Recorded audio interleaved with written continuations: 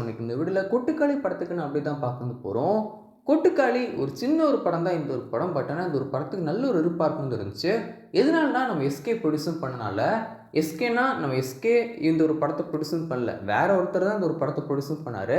But ஆனா SK உடைய பிராண்ட்ல எஸ்கே உடைய பேர்ல இந்த ஒரு படத்த ரிலீஸும் பண்ணாங்க. எஸ்கே இந்த ஒரு படத்த ப்ரொடியூஸும் பண்ணாரு அப்படிங்கிற ஒரு பேர்ல இந்த ஒரு படத்த ரிலீஸும் பண்ணாங்க. ஸோ அப்படி பண்ணும்போது நல்ல ஒரு அப்பியரன்ஸ் வந்து கிடைக்கும் இல்லையா? அந்த ஒரு படத்துக்கு நல்ல ஒரு ப்ரமோஷன் வந்திருக்கும்.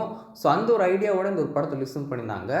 நல்ல ஒரு ஓப்பனிங் வந்து இருந்துச்சு சொல்லலாம். ஒரு சின்ன படத்துக்கு ஒரு இருந்த அளவ விட ரொம்ப நல்ல ஒரு ஓப்பனிங் இந்த ஒரு படத்துக்கு வந்து இருந்துச்சு. இந்த ஒரு படம் நல்லா இருந்துச்சா அப்படி சொல்லி கேட்டீங்கன்னா, என்ன கேட்டீங்கன்னா, இந்த ஒரு படம் வந்து ரொம்ப டிஃப்ரெண்ட்டான ஒரு படம். ரொம்ப ஃப்ளாட்டான ஒரு படம். இந்த ஒரு படத்த நீங்க பார்த்தீங்கன்னா உங்களுக்கு தெரியும். அவ்வளோ ஃப்ளாட்டான ஒரு ஸ்க்ரீன் ப்ளே வந்து இருக்கும். ஒரு சீனையே ரொம்ப ஸ்லோவா வந்து எடுத்திருப்பாங்க. அது அவங்க நடந்து போறது அது இதுன்னு சொல்லிட்டு ரொம்ப ஸ்லோவா இருந்திருக்கும் அந்த ஒரு படம். ஒன்ஸ் நீங்க வந்து தியேட்டர்ல இல்ல இப்போ ஓடிடில வந்து ரிலீஸ் ஆனதுக்கப்புறம் பார்த்துருந்தீங்கன்னு சொல்லுங்க. தியேட்டர்ல பார்த்தீங்கன்னா, மறக்காம கீழ இருக்க கமெண்ட் செக்ஷன் ஷேரும் பண்ணுங்க. உங்களுக்கு இந்த ஒரு படம் வந்து புடிச்சிருந்துச்சா இல்லையா அப்படின்னு சொல்லிட்டு. இந்த ஒரு படம் வந்து நெறைய ஃபிலிம் ஃபெஸ்டிவல்ல அவார்ட்ஸும் வாங்கிருந்துச்சு. எத்தன அவார்ட் வாங்குனா என்னங்க? நம்ம தமிழ் ஆடியன்ஸ்ல இந்த ஒரு படம் வந்து ரீச் ஆகல அப்படிங்கிறது தான் உண்ம.